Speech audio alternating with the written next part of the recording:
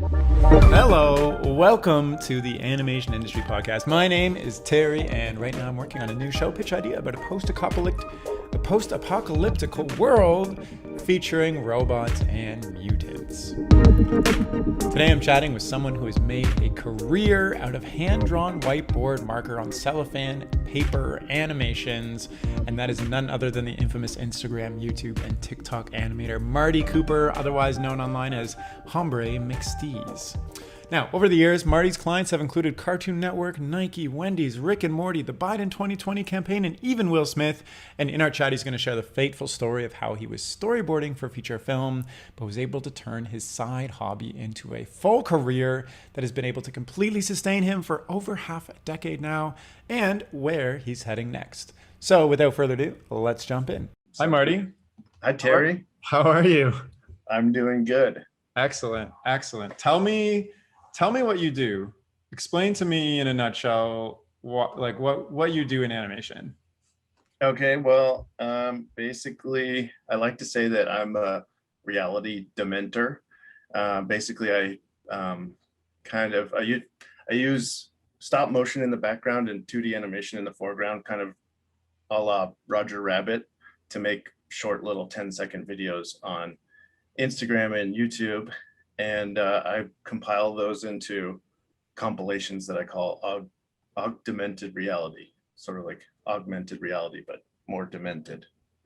I think you missed a step, which I think is really unique about your work. You actually draw the 2D on like clear film, and then you put it in place in the real world. So there's actually like stop motion 2D happening on top of stop motion and live action.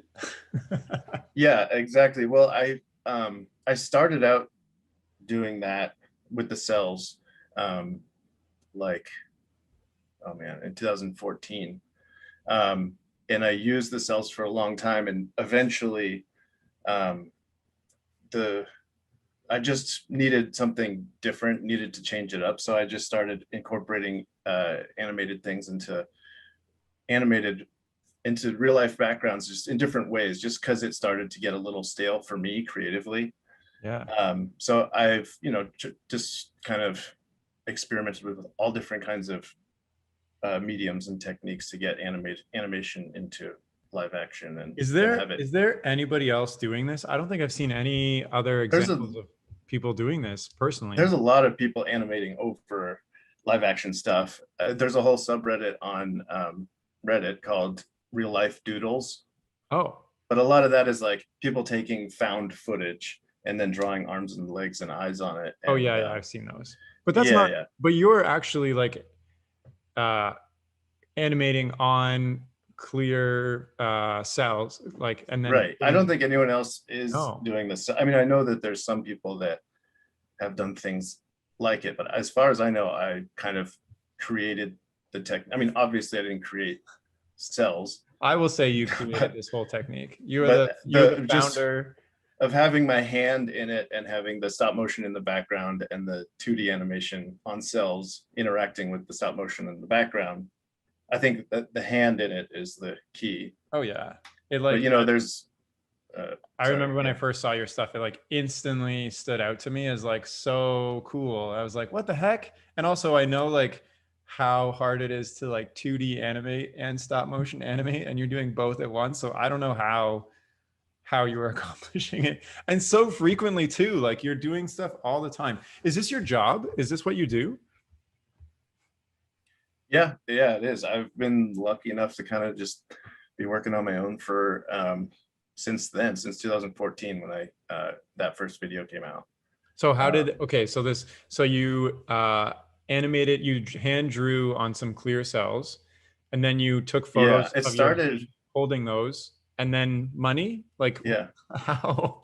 Yeah, exactly. Just started raining money. No. Well, it started off with still images. So I was doing just one image, drawing on the cell, holding it up, taking a picture, and having the character interacting with the background in a still image.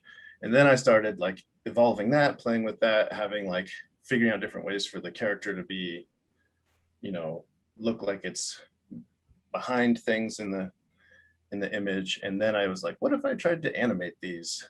And the first few I did were I did not think it was going to work. I thought my hand would be too distracting and it would look messy. And then the first one I shot, it worked, and I was amazed. And then I was like, I want to do this every day. This is so cool. It's like the coolest magic trick. And yeah, and it's still, every time I make one, it is like shocking every time I hit play, and it's like, oh, it works. Like it, yeah. I'm sure you have the same thing. I think it's with all stop motion. It's like you hit play and you're like, what? Like I'm animating on a TV show right now, and like I animated like 9 seconds today, and just pressing play and watching the whole thing, I'm like, it's crazy that it like feels alive and looks alive and is like walking and moving, and it's like, and then you hold it in your hand, it's like this still dead thing. It's really cool. Yeah, it's amazing every time. So, but okay, so sure. You made your first video in 2014. You're like, oh my gosh, so cool. How did you make this a career for, like, who's paying you to make these? Yeah, well, I made like 30 of them, put them into a compilation and put it on YouTube, and then it sort of blew up or went viral-ish from there. You had a job at the time, like you were doing something else. I was a storyboard artist for like animated movies on like feature films. And then I took a break, and was just like needed to work on my own stuff. Mm-hmm. And a lot of people will say like, I need to work on my own stuff, and then there's no structure there, which is, is really, it's hard to do, to just work on your own stuff. So I set some goals, like daily goals, like I'm going to post on Instagram every single day, and that's it. Just that's the only goal, but I'm going to post something. And then from there, I just kind of evolved into doing those. Interesting. Doing those cell animations. You started with something, and also posting on Instagram every day in 2014. Like, people were just posting food pictures back then. So right.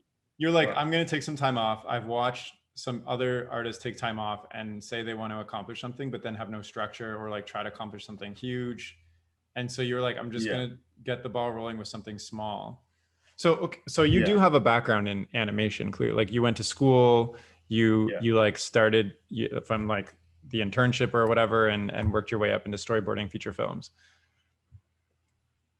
Yeah, pretty like classic animation industry start, I guess, maybe. But I went to school for animation. I went to San Jose State for animation and illustration, but like focused on storyboarding. And San Jose State is an amazing school that like not a lot of people know about, but the animation program is really strong. And one of the things that really helped me there was for like the first few years, you never touch a computer. It's all hand drawn on pen and paper. And so that kind of, was super cool to learn animation that way, the old school way.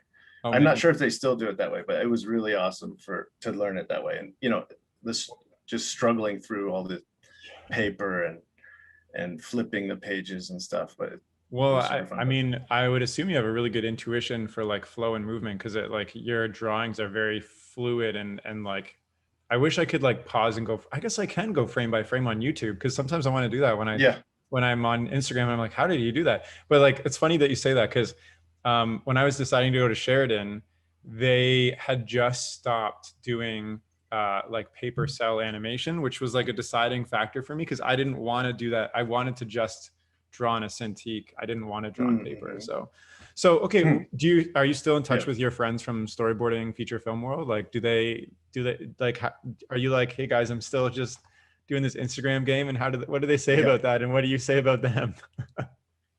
Yeah, I mean, I'm definitely still in contact with everyone, and a lot of friends in the animation industry. And I mean, I'm like jealous of them sometimes when they'll come out with a movie, or have these big projects that they finish. And sometimes I'm like, man, I want to work on a big project like that. But then also it's nice to be on my own, and creating anything I want every day Yeah. I just open my sketchbook and go, what do I want to do today? I don't know. Figure it out. Would you consider going back for like a project and doing like Yeah, a, for sure. If the project was right, I would love to. I mean, yeah, storyboarding is like, you know, my first love. It's like I love it. But yeah, and actually I don't love the process of animating.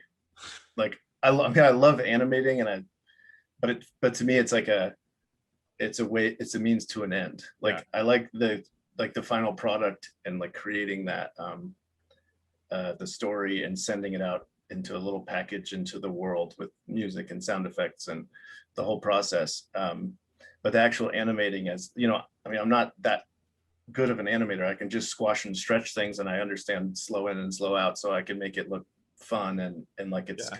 alive. But like as far as like animating like emotion or subtleties, I have no uh, skills really. Fair. So you've been 4 years, or maybe I guess, sorry, I'm thinking it's 2018. It's 2021. You've been I like know, I do seven that all the years time. away from animating, or sorry, professionally storyboarding. Is that right? Yeah, That's yeah. crazy. How hard do you think it would be to get back in? Like, can you just pick it up again? Or do you think if you wanted to like actually pursue it and like get back into it, would you have to kind of really take some refreshers? Um,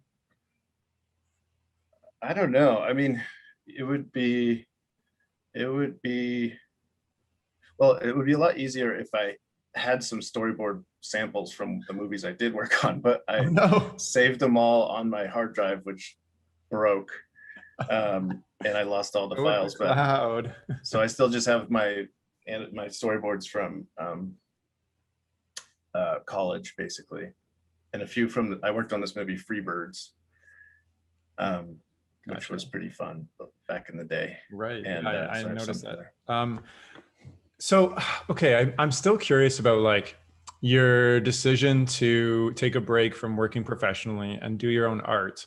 And then Yeah. you made 30 videos. You made a goal to like make one video every day for Instagram. And then you compiled that and it like took off on YouTube. At what point did you like internally know this was a career move for you versus like, I'm going back to storyboard world after this is done? Like, was it the success on YouTube that Yeah, made I mean, I don't even know. I don't even. Oh, well, yeah, for sure. I still wouldn't say it's like a conscious career move. I'm just kind of doing what I want to do, and it's worked so far. Um, but uh, yeah, like after that first video went viral, I got a call from Cartoon Network to like they wanted to fly me around the world to do animations on like all these buildings around the world and like all these amazing like dream projects. And like I went to Chile to film a 7-Up commercial, and it was just this whirlwind of opportunities, and that was amazing. And I was like, okay, this is something. Like there's something here. I'm gonna stick with this. And so I've kind of been just like riding that wave ever since, I guess. So But businesses, or I guess companies, are paying you to do stuff for them like this? yeah, Oh, okay. yeah, Because I like my thoughts were like, uh, I see your stuff on Instagram, but you're doing more than just that. You're not just doing that. Like the video views on YouTube and the revenue and whatever. That's like not. oh yeah, that's like nothing. That's I was that's why But I'm curious. I don't know. Yeah, I don't Okay, know so how you're people do so that. like I guess what's on Instagram, is that almost like your promotion strategy, or is that just you having fun and then people finding you and asking you to do stuff? Yeah, I guess it's kind of the same thing. I like to say that like every time you post something on Instagram, you're handing out your business card to everyone that follows you, and you're reminding them like, oh, this guy exists and he does something. And then there's probably some marketing guy somewhere or girl that's looking at your things and like, oh, that would be perfect for this project, but they wouldn't see it unless you Yeah, posted totally. something else. Totally. So it's kind of lucky, and it's kind of um, yeah, just if you got to post consistently though to keep yourself in on people's radar. Yeah, well, you're crazy good at that. Like you're just a Well, machine. thanks. I mean, I feel like I've been pretty lazy lately, and it's, I have to remind myself to give to We were just talking, you just did like a 30-day challenge again. That's not lazy at all. What the heck? Posting every day for 30 days. You just yeah, finished up. that wasn't, but it's I easy haven't posted to. anything new in like a year.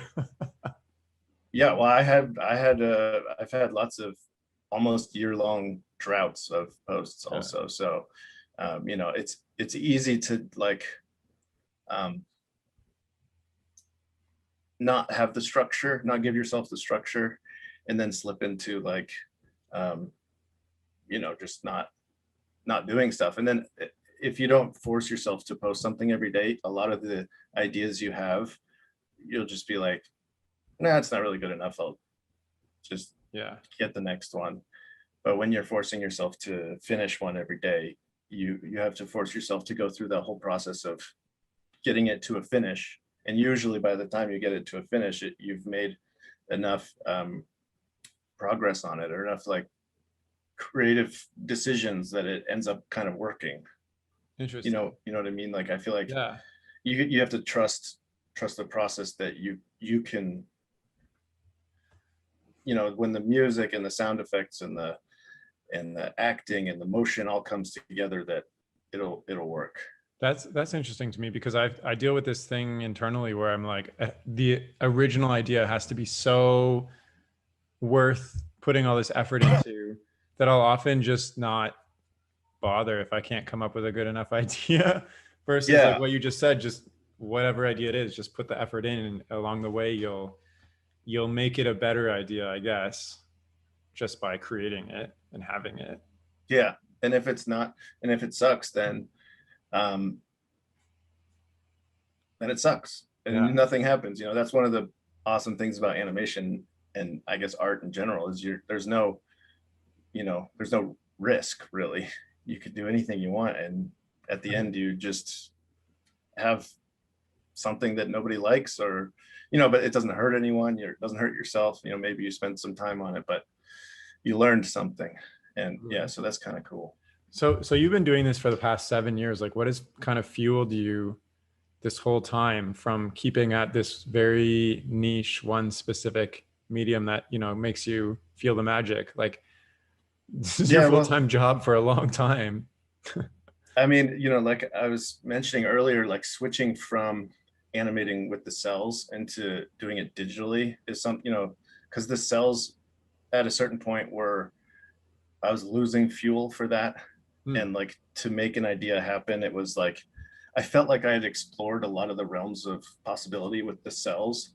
Like I would come up with an idea and be like, I did something like that already. Like I used that technique, and you know, so I have to constantly give myself new creative challenges and new um, sort of, things to experiment with. So, doing them uh, digitally allows me just to focus more on the animation and the storytelling and the stop motion. And I can do them, I can create them a lot faster, Yeah. and I can create more. And maybe it's not what my audience wants to see, but you have to make some sacrifices, I guess, because um, yeah, the cell thing How just. so I'm just like asking random questions. How stable is the work in doing this? Like contract to contract for companies asking for like augmented reality. Yeah, well, it's definitely slowed down in the last few years. Okay. And I've been like picking up a lot more just freelance animation gigs Hmm. through some friends in the animation industry that will just like throw me some projects, some random projects here and there. Um, so yeah, I feel like that when I was using the cells, it had a lot of heat, a lot of you know, uh, a lot of it was very desirable because people could see what was going on. They could see my hand. And since I've stopped using this, or not using the cells as much, um, it's like a lot of those opportunities have gone away. Interesting. But I just see it as like another challenge, I guess.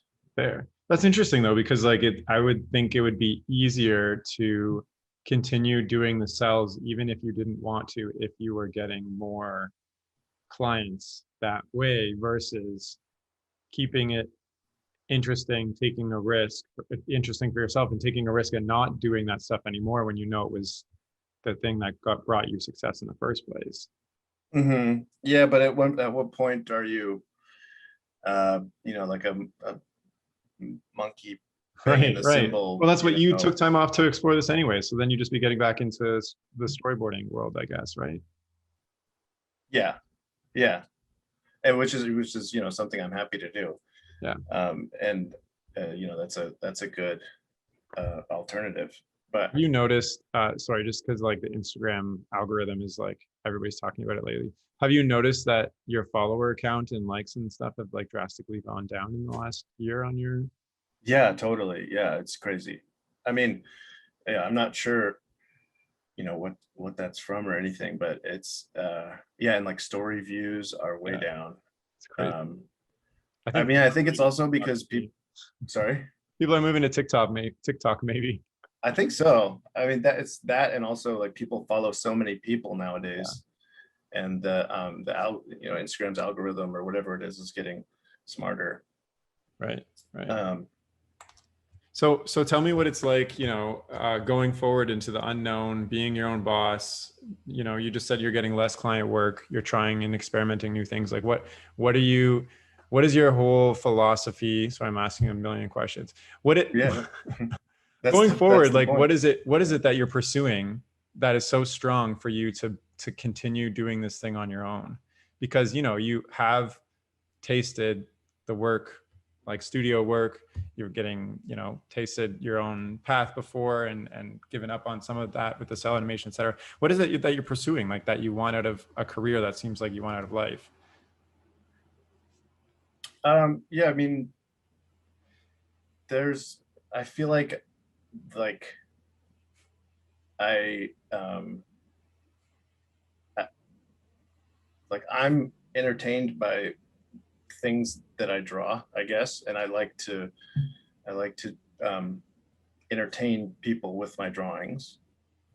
Whether they're just drawings on paper or napkins at a bar or whatever. Like it's what I enjoy doing, and so in any way that I can translate those into entertainment is um, is fun for me and hopefully fun for other people. So I mean, I guess like I don't know, there is no end goal really. It's just kind of to to keep pushing myself and bringing my characters to life.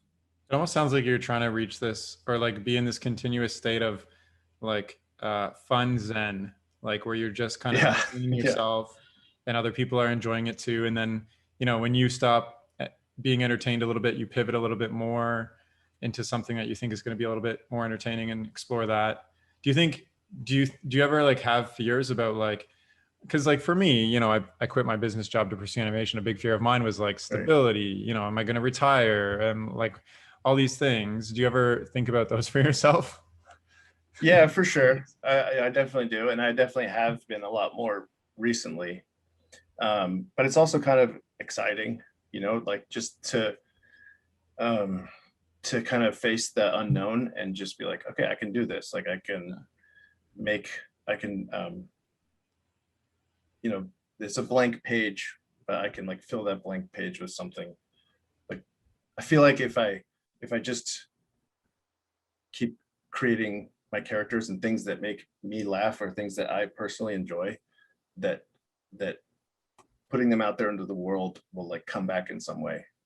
I don't know that, for a fact, but so far it's worked. So I'm just gonna, I guess, keep doing that. Is there like an overall message that you realize that you're trying to convey through your animations? Like from my perspective, they're all like very light-hearted.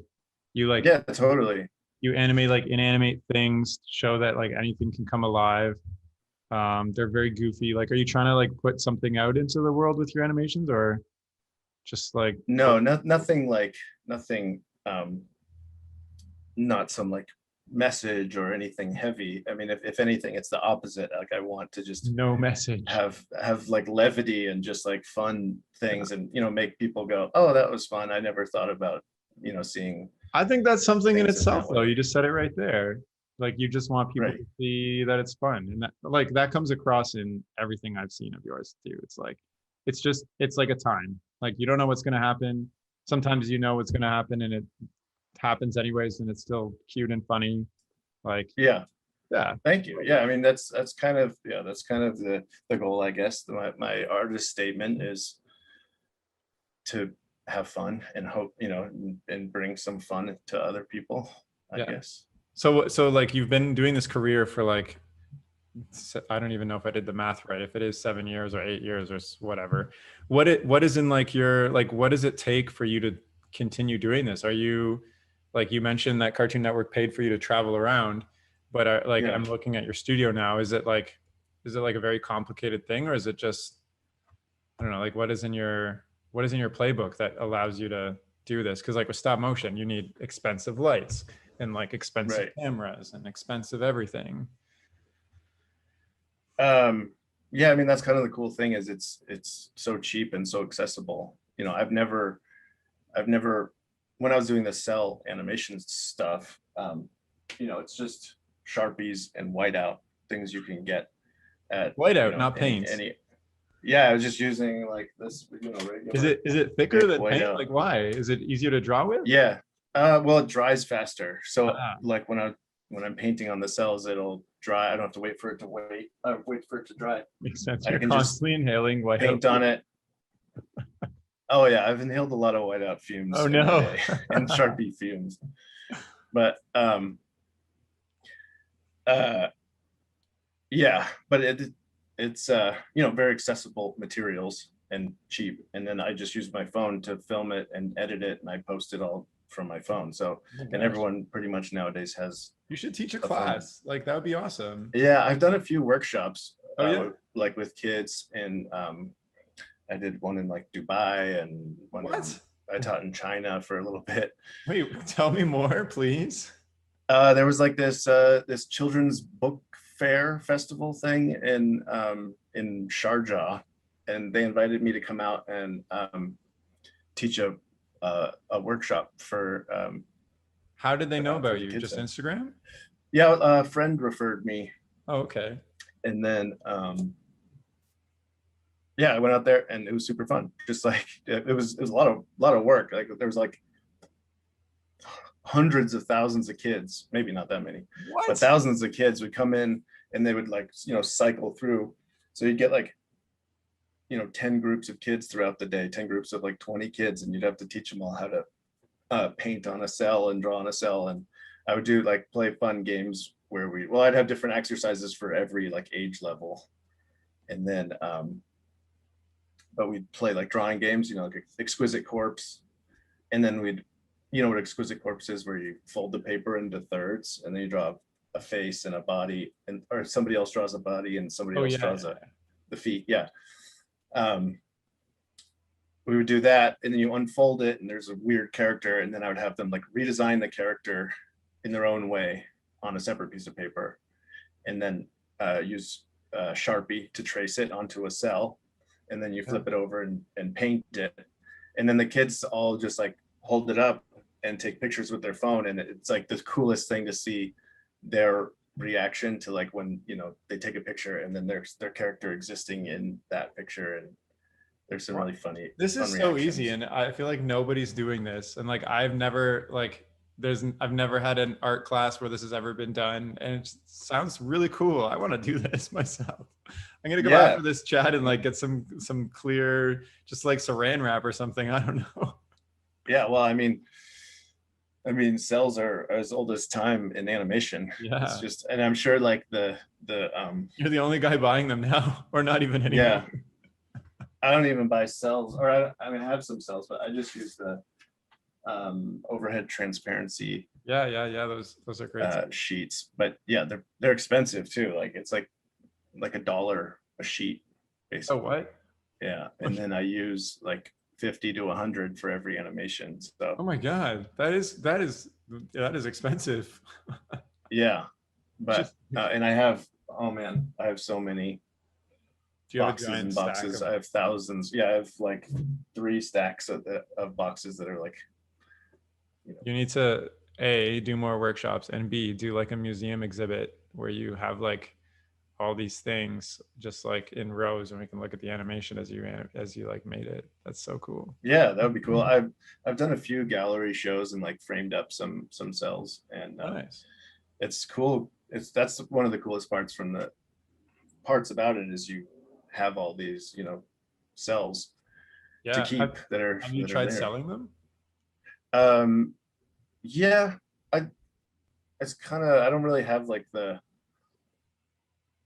uh, uh, infrastructure for like shipping and dealing with that stuff. I mean, I'm sure it wouldn't be too hard, but um, it's and then it's like I don't know if I want to sell them, but uh, I can sell replicas or like, do Yeah. just remake a cell with the character I feel and that. then I sell like that. And everything I make, I have a hard time giving up myself. Somebody's going to inherit yeah, tons of stop motion sets and puppets and be like, what do I do with this junk one day? yeah. For you, somebody's going to inherit like thousands Oh yeah, stacks of cells of cells. like mooses and like Yeah, dome eyes and yeah. so are you working on like you mentioned you did some workshops, is anything coming up like cool that you have coming up, like a big project or a big client or something? Not really. I've been like working on some like longer form projects, trying to pitch some ideas to studios. Been kind of slowly doing that over the what's a course of the longer last form few years, what's a longer form project that you mean? like a TV show or Oh, okay. a short film. Would it be animated like on like Demented Reality? Or Yeah, okay, yeah. cool. It's yeah. That'd be really cool. There's Like a kids TV show where it's like the background is all real and then the characters are like just drawn on top of them. mhm. Yeah. Oh, cool. Well, I hope it And gets. I would be fun. If I like if I had it my way, I would have like full sets, and like I could um, So you're reuse talking the about sort of stop motion again. yeah, exactly. But it's stop motion, but it would sort of look, the real life. It would look like a real life place, but it would just be Yeah. like the set. I'm trying of to a think of big a studio. show that does that. I'm sure there are. Yeah, yeah, I don't know. I can't think of the name. All I'm thinking of is Bubblegum right now. Mm, You know what I'm talking about with the cats, that show? I think so. Yeah. I can't think of the name right now. It's escaping me. Anyways, yeah. Well, that would be really cool. Are you like, so when you say you're like working full time, are you working like full 8 hour days, or is this like take a day off here and there, or like No, not 12 not hour right now. I days? mean, for the course of the pandemic, I've really been not doing much work, and it's been nice to just kind of reset. And I was living up. My parents live on a farm up in Northern California, and so I Okay. spent some time on the farm, and it just felt good to spend some time with family and be, working. I was working on a project outdoors, like not animation related, and yeah, so that was nice. But then reality comes back, and Yeah. You got to make that there's cash. Do you yeah, act? So you said you've been actively reaching out to. I thought of the name of the show was Gumball. Do right, you yeah. active? So you said you've been actively reaching out to studios, but how passive have you been getting clients versus you actively reaching out and trying to get clients to make stuff happen in the last 7 years? Like it Yeah, sounds like I've never reached out to you've anyone. never reached out. Amazing. What the heck? Yeah, You have such yeah. draw to your work that. I don't know if it's amazing or lazy because if I did reach out to some people, maybe I'd be getting some more work. But Okay, fair. I just feel like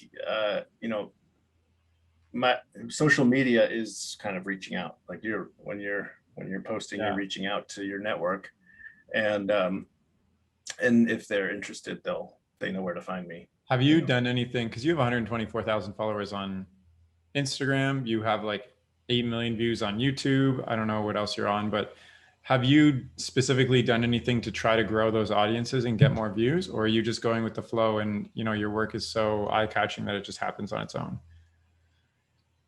I post on Reddit. I find that sometimes if there's a successful post on Reddit, it can drive traffic to Instagram or YouTube. Yeah. Not as much anymore. I feel like that. I just feel like there's so much. I don't know, like a YouTube post on Reddit used to drive traffic to YouTube, but now I feel like it has to be like a Reddit video to get, like, people don't really upvote YouTube links. Yeah, people just stay in Reddit, and it's like you don't want to. And like I think all the social platforms are trying to not break their experience of having, a link go outside of their platform. So like even if you're watching YouTube video, it's like embedded in a Reddit post too. So yeah. Right. But yeah, I mean that's kind of the only thing I've done to promote my work, I guess. And I've been getting on, or I've been using TikTok. How have you found that? Which is, I think it's amazing. Yeah, and like a lot of artists, people, animation specifically, and artists are like struggling on TikTok because it's more about like just moments and dances and stuff like that versus like actual animation. But I would assume yours does well because it's like a very unique cross barrier thing. Yeah, it does. It's I got on TikTok when it was still Musical.ly. Oh, so wow. I had like a tiny, I mean, there was actually no one following me for a long time, but I would still just post out to nobody. And then it started to gain steam. So I had a bit of a following there already. And then as TikTok grew, I started to get more followers on there. Now I have more followers on TikTok than any other platform. But I found that it's a really good platform for sharing anything because, or for sharing like entertainment, or because Instagram's kind of designed for showing your friends what you're doing and like keeping in touch with friends. That's kind of its purpose. But TikTok is designed for entertaining people. Yeah. So the posts that are entertaining will do really well. Whereas like Instagram, it's like the posts of the people that will do well, or that's the purpose of it. So TikTok's really kind of groundbreaking in that way, where the posts that are entertaining rise to the top. So if you post on there, which is kind of what Instagram's trying to do now, is get away from the social part and just have it be a crack platform of addicting content. I mean, they all are. I feel like YouTube's trying to be like that too, and Facebook, etc. I've never heard anybody put it like that, where it's like or Instagram is like to show your friends what you're doing, and TikTok is just to entertain people. But it totally makes sense, and that's why like I think a lot of animation fails on like TikTok, because like snippets, like a little snip of animation that isn't specifically for entertainment versus like just the craft of it is not going to do as good. Yeah, I've also found that the process videos do really well on TikTok. Behind the scenes, and so but it's kind of like seems like embarrassing, not embarrassing, but it's kind of like, oh, TikTok is like people have this like bad opinion of it still, even though like the whole world is on it. And it's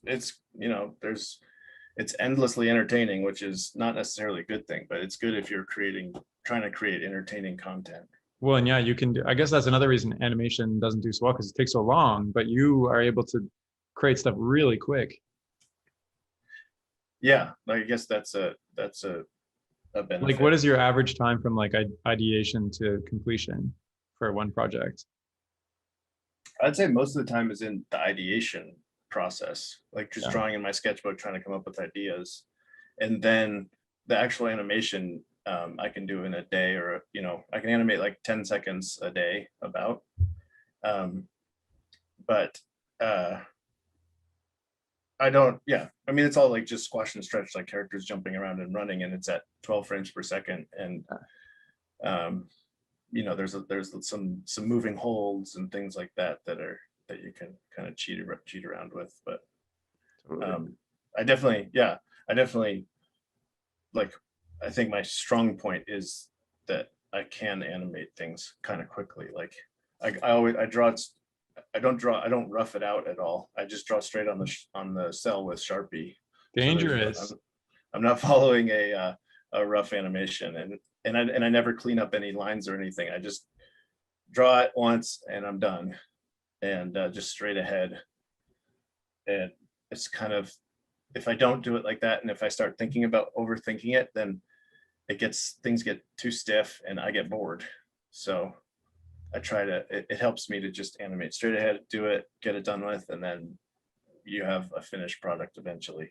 Makes sense. And your animations are like very organic looking too, which I think is a result of that. I'm impressed because I can't just do that. I have to like rough and then do a nicer rough and then a partial cleanup and then a cleanup. Otherwise I just can't, I don't know.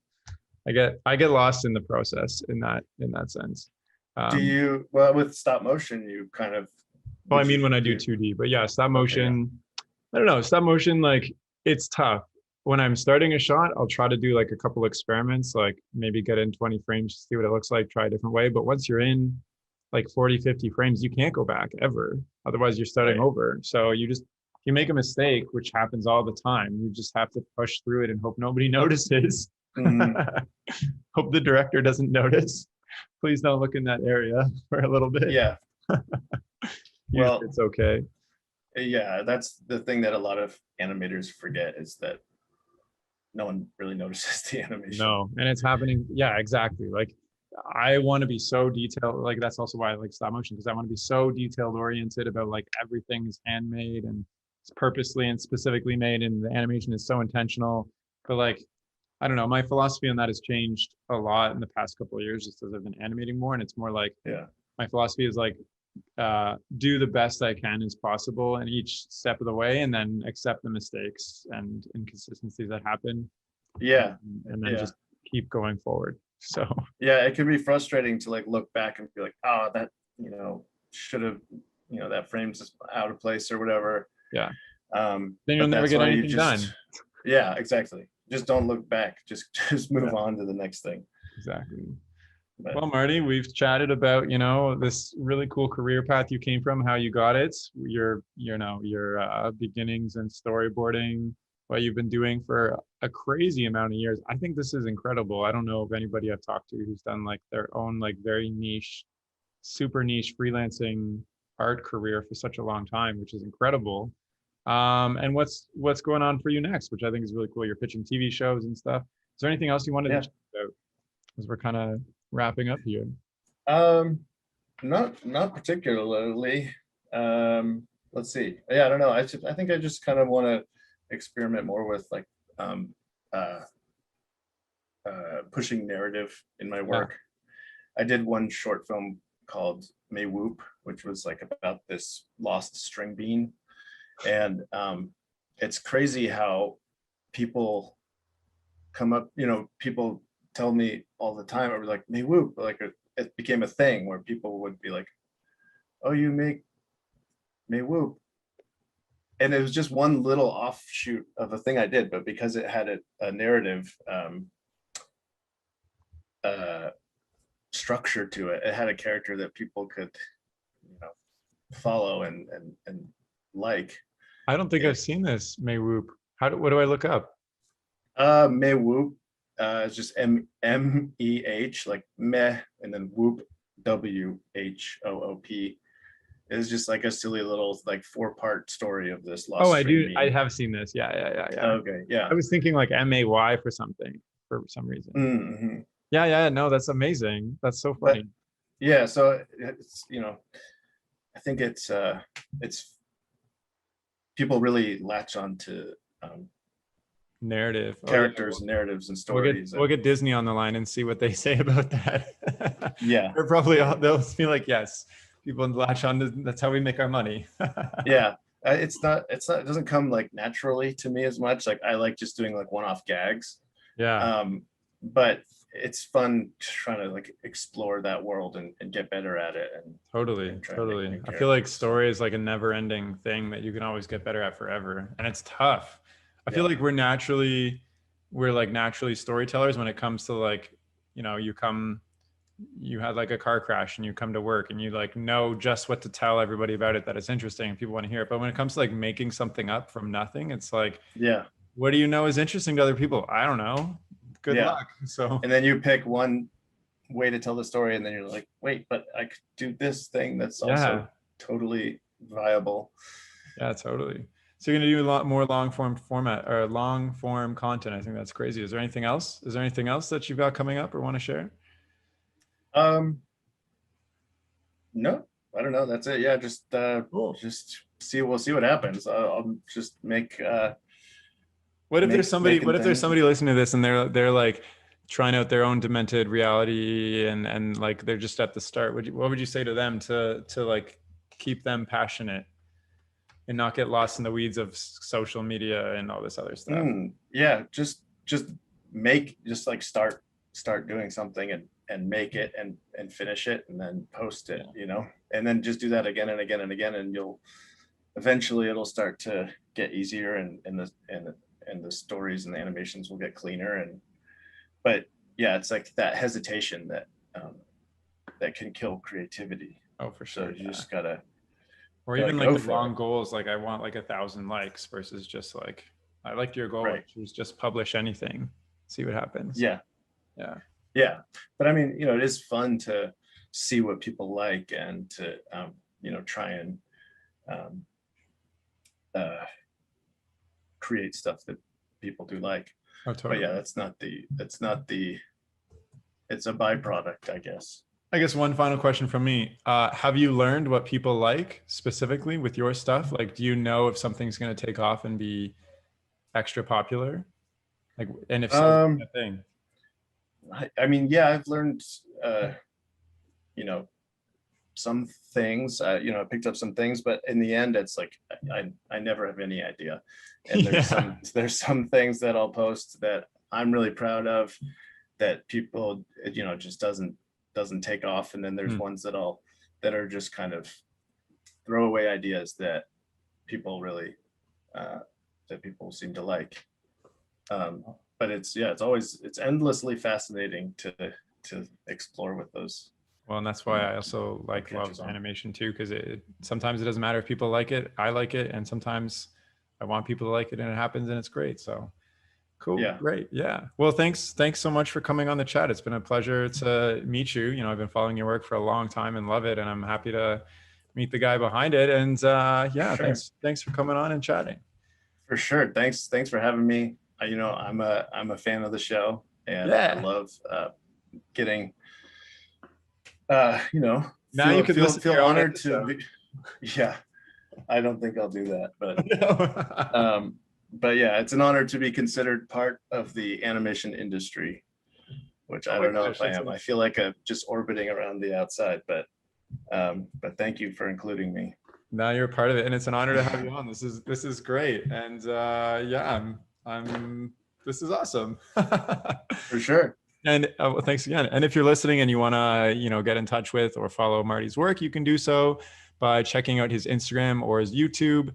And that's Hombre Mixties without an E at the end. And I'll include those links in the description of this podcast. And that's all for now. So thank you so much for listening. Okay, bye.